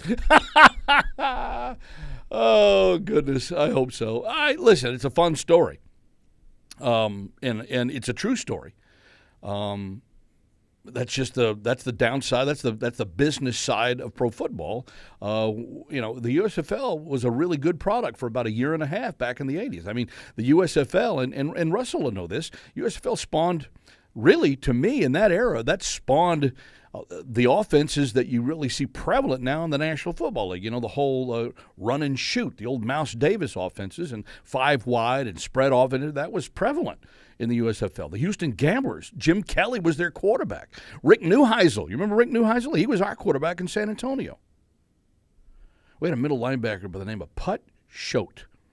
What a great name. He was all Southwest Conference linebacker at SMU in Dallas. Put Choate. He was about 5'0" and he weighed probably 180 something. Mean as cussed. I mean, mean. But he could hit you hard. I used to love going to the sidelines to practice, and I'm a young guy, right? So this is almost 40 years ago. I'm going to the sidelines, and I just love to hear Put Choate hit somebody, because you'd hear that pop of the pads, and it would echo. And Alamo Stadium is not a big stadium. It's a stadium of about 20,000. But it would just pop, pop, pop, pop, pop, pop, pop, pop, pop, pop. I mean, it would just, oh, my God. I'm like, these guys can play. They absolutely can play. That was a lot of fun. Did you find anything out? What does it say? First of all, it's a misdemeanor, so you don't really got to worry about it. Okay, thank God. All right, I'll pay my fine. Didn't find out the statute of limitations. Once I saw misdemeanor, I was like, he'll live. Okay. I'll pay my fine. Can I do some charity time? It's still more than $1,000 for it to be a felony. Oh, that's right. That's right. And can't you get away with that now, like in the state of California or something, if you're shoplifting, I heard? I saw that on the news a couple of weeks ago. I'm like, what? Identify as a shoplifter. Oh, right. Okay, well, I guess I could qualify as that. A real woman could stop you from drinking. You have to be a real big woman. It's time to go around the NFL with football guru Russell Baxter. From now on, your name is Flounder. On Patriots Playbook. Flounder. Russell, back me up on some of the old USFL stuff still having relevance in today's NFL. I know you would know that. Oh, I don't think there's any question about it. Those offenses, you talk about the Houston Gamblers and so on. I was at the Meadowlands for a Houston Gamblers New Jersey Generals game. Ooh, Jim Kelly versus Herschel Walker and Doug Flutie. And Herschel Walker, who went 80 yards on the first play of the game, right down the right sideline. Yeah. Right? I want to say 30. I'll let Matt Google this. 31-26, I think, was the final score. Wow. I have no idea why I remember that. 1985. Yeah, 85 was a really good year. Yeah. You talked about Donald Trump. By the way, flounder, which is exactly what happened with the USFL. Yeah. Flounder, yeah. Because of greed. Mm-hmm. But there was one aspect of it, John, that I thought also had a big part of their undoing. When you build a foundation, it's kind of important to let the cement dry. So when you go from 12 teams to 18 teams in 1 year, I think that was a huge mistake by the league. Because then in their third year, some teams had to merge. And it went from 12 to 18 to 14. Yeah. 12 to 18 to 14 is like my old locker combination. That's good. That's right. You're probably right. Do 12 teams for 4 or 5 years. Yeah. Okay? Yeah. And then maybe add 2. Yeah. And then maybe add 2. Yeah, they tried to expand too quickly, too big, too quickly, and that was certainly a huge part of it. And then when they, sued the NFL for damages to force the NFL to basically absorb them and make all those owners, rich, multimillionaires at that time, and it blew up in their face. I mean, honestly, I was sorry to lose my job, as I, just talked about, but at the same time, I couldn't say, anything but else, but I told you so. We all knew that was the wrong way to go. And so in all these other iterations of spring football that have come along over the last 35 to 40 years, they've tried to avoid the same mistakes that the old USFL, which was successful to a certain degree, with its large overall influence on pro football today. It never came to fruition until maybe this last iteration, only because they're merging with the XFL. And I just read this week where I think 4 teams from the USFL last year are actually going to be merged with the XFL to, I think, create like an 8-team spring league. And that sounds about right, to be honest with you. Yeah. Listen, the Arena Football League, John, as you know, proved that there was a market for an alternate Sure. alternate game. Sure. The Arena Football League lasted a long time. Yep. In many variations. Yep, and they still have it. They still have a few variations of it. Yeah, and there's a team in Worcester. A long shelf life. So there was the opportunity for a different product. So I think I think greed. I think jumping the gun, turning it into a competition with the NFL was foolish. I mean, the NFL has absorbed everything. Okay, it took teams before it merged with the AFL. That it took 3 teams from a league called the All-America Football Conference. Sure. And that gave us the Cleveland Browns, the San Francisco 49ers, and a variation of the Baltimore Colts, which later really didn't make it. And then we had a different variation of the Baltimore Colts. So to go head-to-head, I never understood it. I was very disappointed. You had some Hall of Fame players in that league that began their careers there, professional careers there, like Jim Kelly, like Steve Young, like Reggie White, like Sam Mills, all guys who were in the Pro Football Hall of Fame. USFL X's, yeah. The style play, Jim Mora, the Philadelphia / Baltimore Stars, who won the last 2 titles and were in the first title game. Bobby Hebert, the quarterback of the Michigan Panthers. Anthony Carter, who went, the former great Viking star as well. So I have a lot of great memories of the 3 years they competed. And by the way, there's one other thing the USFL proved you could do. You could prove they could have an 18-game season. True. Because they did. That's right. That's absolutely right. One of my favorite memories. Like Reggie White, who in 1985 played the vast majority of the season with the Memphis Showboats, and then went on and played the vast majority of the same calendar year with the Philadelphia Eagles. I remember that. And by the way, neither league could block him. No, they couldn't. One of my favorite memories of the earlier part of that old USFL is the Pittsburgh Maulers and their logo of a steel worker with a big sledgehammer, right? That was their logo. And then, of course, they started out, I think, 0-something. It was something astronomical. And then they redid the logo, although it never appeared on the side of the helmet. But they redid the logo, and somebody had the steelworker hitting himself in the head with the helmet and his tongue hanging out.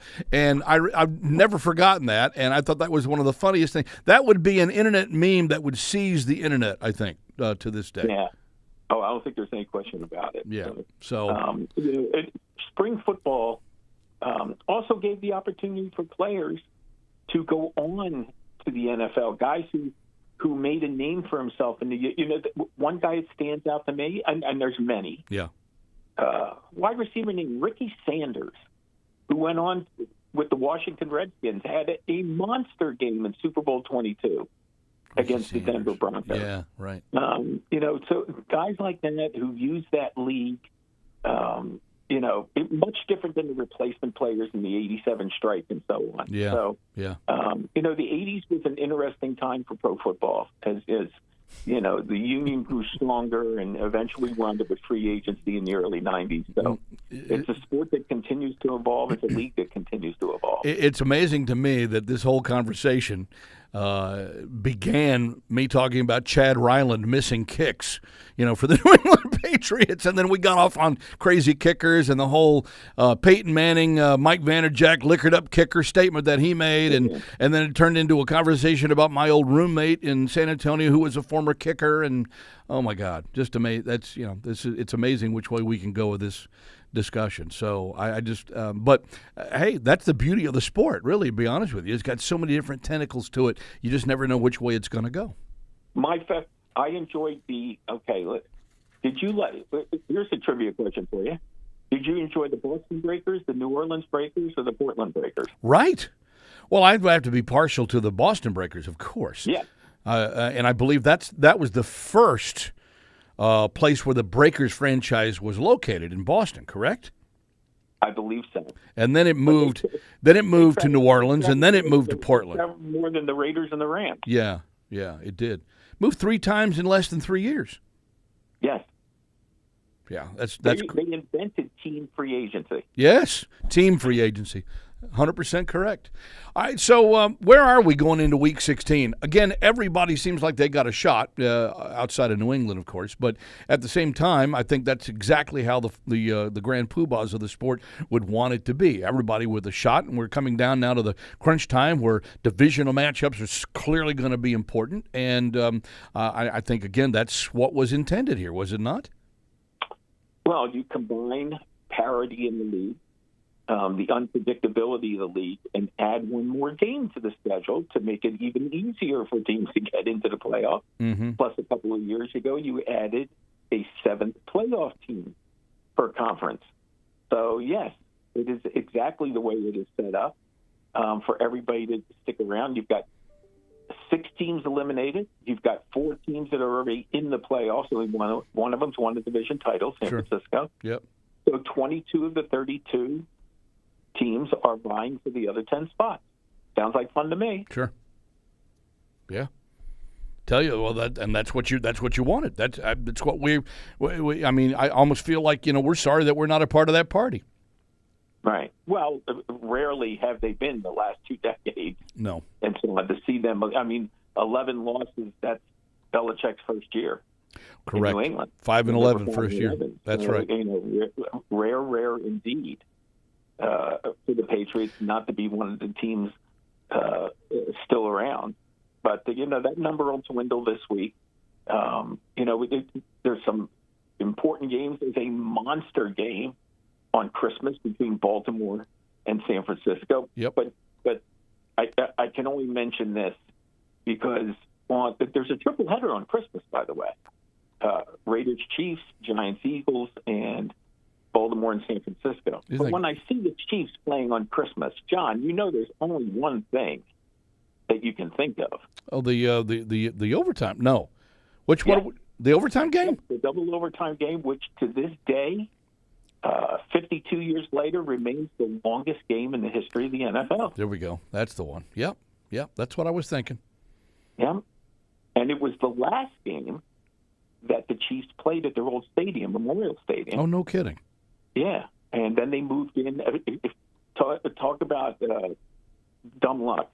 The Dolphins knocked them off 27-24 in double overtime in the last game in Memorial Stadium. Mm-hmm. So guess who the Chiefs hosted in their first game at Arrowhead Stadium?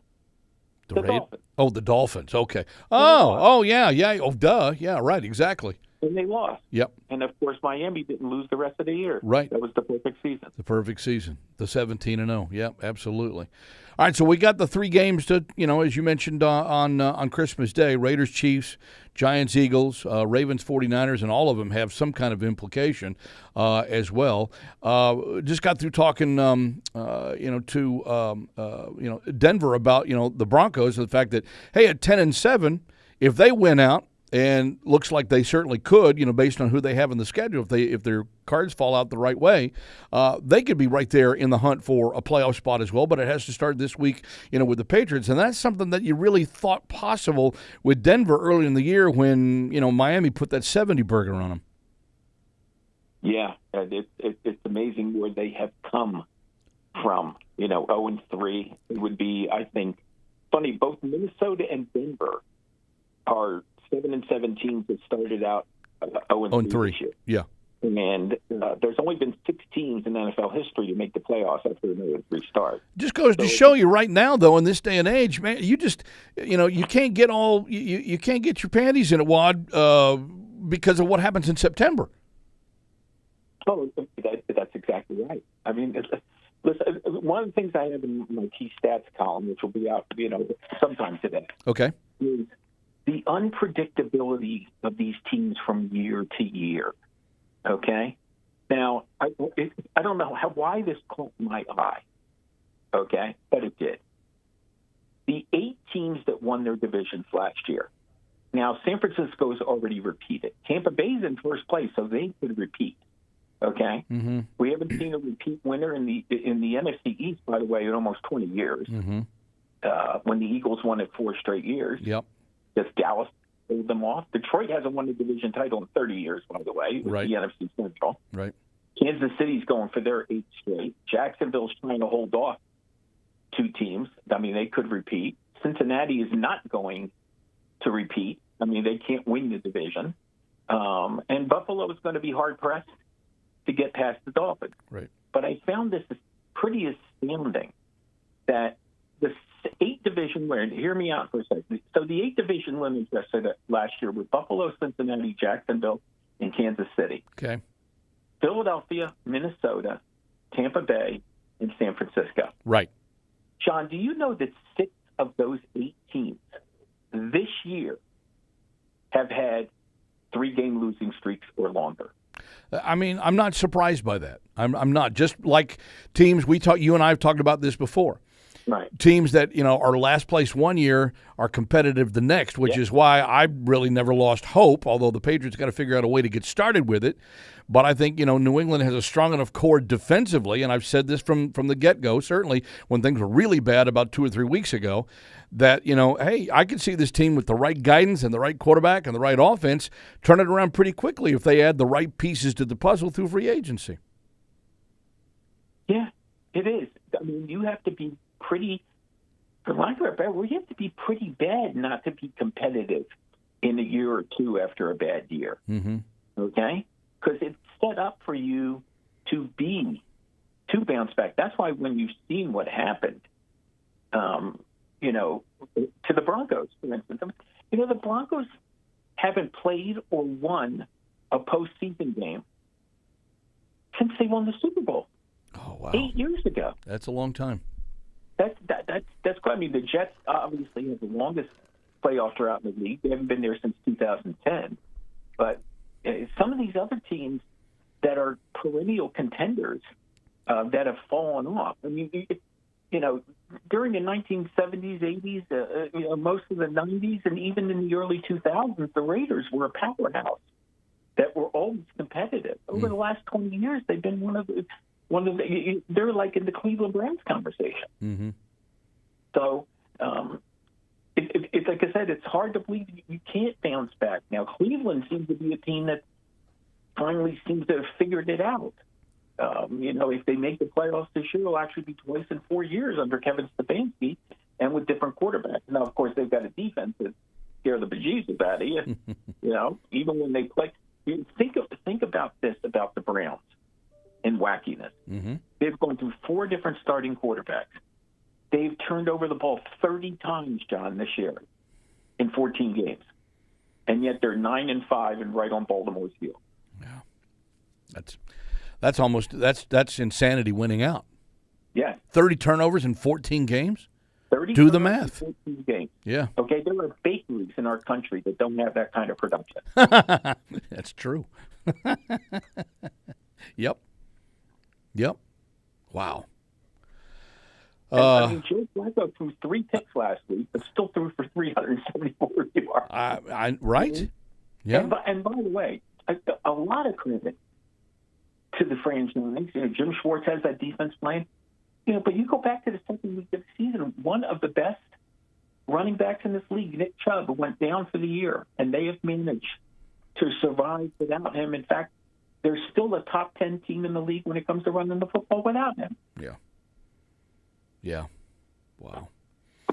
Yeah, that's actually one of the, I think, better untold stories. I mean, I realize people closer to the Browns would certainly know about it, but that's actually a pretty good storyline right there. The fact that they can be, just say it looks like they almost have a disdain for valuing the ball in possession, but they are competitive to the point where they're likely in the postseason.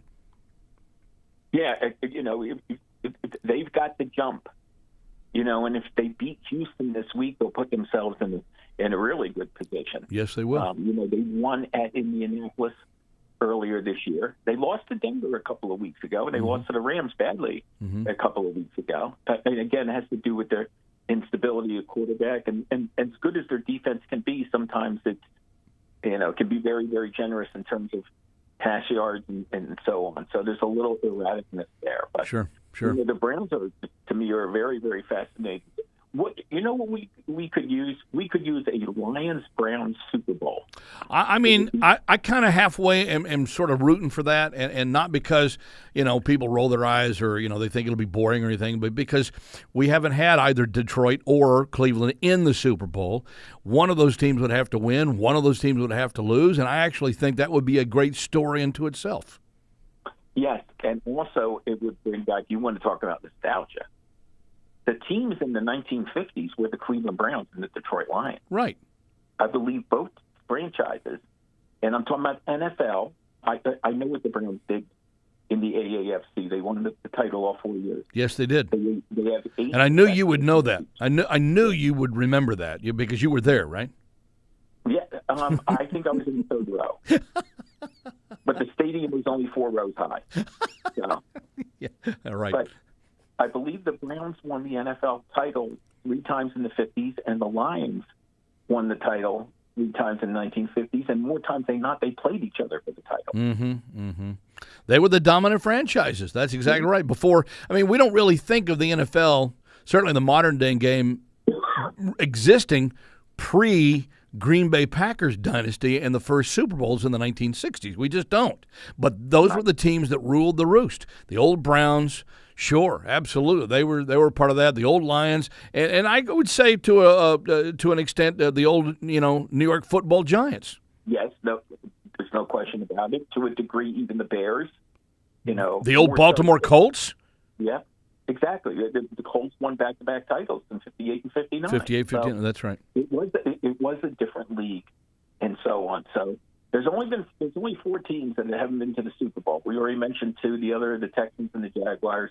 Of course, the Texans have only been around a little over 2 decades. Jacksonville's been around since 1995. But you talk about the old guard, a Lions, and you know what? A Lions-Browns Super Bowl is certainly feasible. Yeah. And correct me if I'm wrong.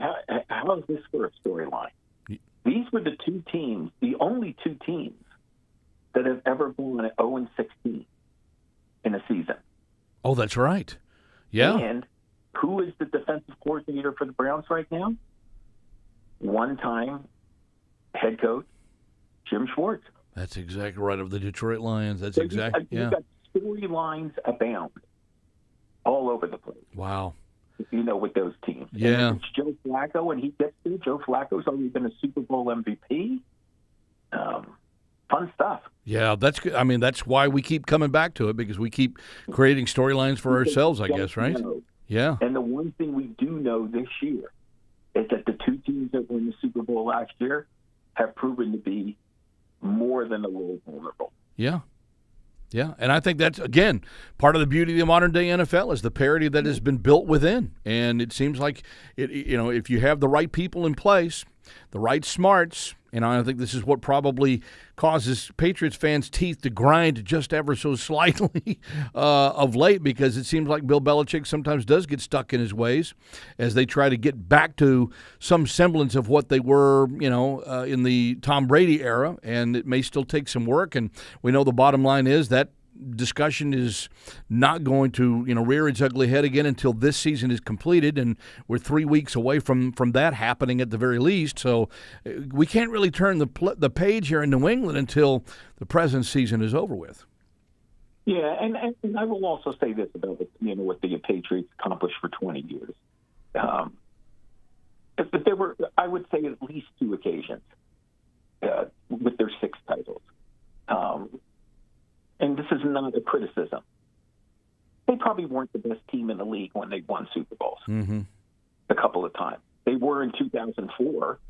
Pittsburgh had a better record, but New England, I still think the 2014 was their best team ever. Yeah. As a matter of fact, as far as running the wall, passing the ball, defense. Well, I would tell you that I think the best Patriot team was the one that didn't win in 07. 2007? Yeah. I mean, 2004 was great. Obviously, it was great. And you probably have to say of the championship teams, that would probably have been the strongest from top to bottom. But the best team that I've seen in 32 years on this job, was 07. Yeah, well, they staged it a little as the season went on. Yeah. They weren't as dominant in the playoffs. And obviously, they wound up, of all time, to score the fewest points of the season that came in the Super Bowl, lost to the Giants and so on. Those 2014, they saw their 21-game winning streak end at Pittsburgh. They had a late season loss to the Dolphins, which was a bit perplexing. But then they got in the playoffs and they shut down Peyton Manning and they avenged the loss to Pittsburgh. And as usual, they won a Super Bowl by 3 points. Yeah. Corey Dillon brought something to that team that they didn't necessarily have the first 2 Super Bowl titles. That's true. Clock killing Corey Dillon. That's exactly right. Loved it. Hey, Russell, it's great, going through all this stuff. This is why I love talking to you every week, because I always remember things that I had forgotten about. So you clearly know more than a lot of stuff that I've forgotten, and I really appreciate that. And I hope you and your family have a magnificent holiday. And for all of us here, myself, Maureen, everybody here in the Patriots organization, and all the fans that take the time to listen to us live and then download the podcast, really appreciate your time and your insight that you bring to us every week. It would not be the same without you, my friend. Merry Christmas. Well, Merry Christmas. Doing stuff with you, John, is a labor of love. It is. It really is. And I can't think of floundering with anyone else. I know. That's exactly right. We all want to flip and flop with you. I appreciate that. Thank you, sir. And hey, why not? That's what we do, right? We flip and we flop. Okay. And just remember, when you're sipping that eggnog on Christmas, a real woman could stop you from drinking. And Maureen says, yep, that's true. Yep, she'd have to be a big woman. She'd have to be a very big woman. Okay. Russell, thank you. Merry Christmas. We'll talk again very, very soon, sir. You got it, sir. Merry Christmas. Thank you. Russell S. Baxter, at Bax Football Guru on X. Okay. Patty in Agawam gets the final thought today. So good afternoon, John. I don't know what happened to my call, but I just wanted to wish you and Maureen and your respective families a very Merry Christmas. Give me the Broncos 23-13 Sunday. Well, then how the hell is that a Merry Christmas, Patty? Oh, it's truthful. I guess it's truthful. Patriots fans, don't forget, if you want to see Toyota's best offers, including those not seen on TV, go to buyatoyota.com. It's Toyota's official website for deals from the official vehicle of the New England Patriots, Toyota. Let's go places. Bridgestone is the official tire of the New England Patriots and proud to partner with Sullivan Tire, New England's headquarters for quality Bridgestone tires. Visit sullivantire.com to find a location near you. One more. And believe it or not, because we know it's December, and with the holidays here, you might be realizing your house needs a little holiday sprucing up. With Bob's Discount Furniture's unbelievable prices and flexible financing on mattresses, furniture, decor, and more, you're sure to impress your guests with comfort and style. Get the ultimate home team advantage with Bob's, the official furniture store of the New England Patriots. It is my humble hope that each and every one of you has a wonderful holiday. Holidays mean a lot of different things to a lot of different people. I won't wax poetic here. My hope is that it's peaceful for you and those in your own family. Keep others who might not have it quite as peaceful in your thoughts, in your prayers. I always do. I always try to remember how good I know that I really have it, even though I have my own, as I like to call it, BOS, bag of bleep, like everybody in this world does. And so my BOS is not any different really from anybody else's. It's a little bigger than some. It's a little smaller than others. But I know that everybody's got one. And I hope that your load is lessened over the holiday, so to speak. What are you laughing at, Marine? BOS, load. I've just got poop jokes on the mind. Well, that's because I've every once in a while I've been called Rook. You're an absolute bleep for brains. Come on. Listen, if you can't goof on yourself, you don't have any right to goof on anybody else. I recognize that. I know where my strong suits are, and I know where my weaknesses are. Okay. And, this happens to be a strong suit. I can talk. I can have a conversation. And that's what I love about doing this show with everybody here every week. We try to have a football conversation. Sometimes we steer off. Sometimes we talk about different things. But it's still all related to football. It's still all related to fandom. It's still all related to a team and a franchise and an organization that we love, that we respect, that we've been around, that one that pays a paycheck to me and to you. And hey, I get it. It doesn't have to be perfect to still be fun. It's been less fun, I think, without it being as competitive as it has been and we've used to be having over the last 22, 23 years. But, look, I'm a firm believer that, there are better things ahead. All things in life are cyclical. All things in life are cyclical. You just hope that, you can bring the right people into the mix to make that cycle up happen a little bit sooner. And that's kind of where I think the Patriots are at this stage of the game right now. So it's the Broncos this weekend. It'll be the Bills after that.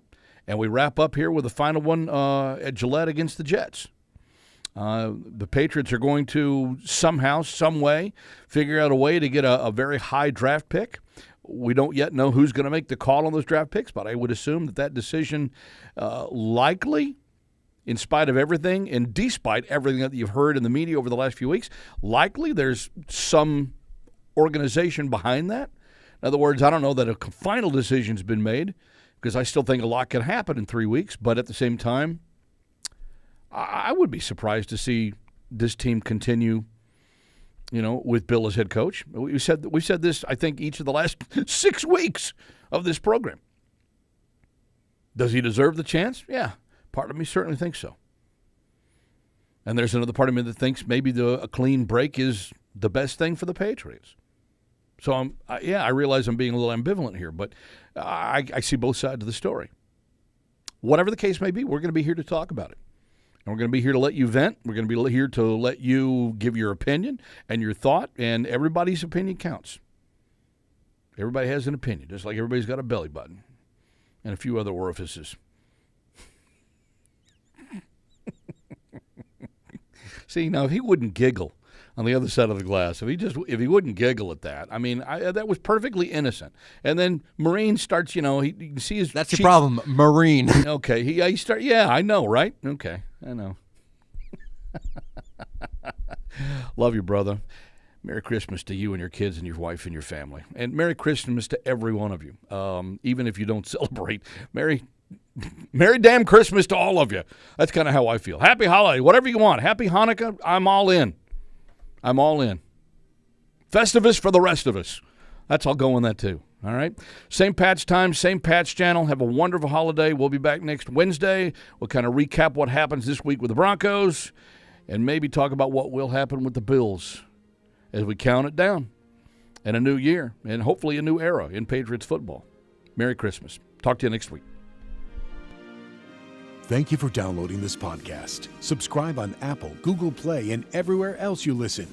Like the show? Please rate and review us. Listener comments and ratings help keep us high in the podcast rankings so new listeners can find us. Be sure to check patriots.com for more news and more podcasts.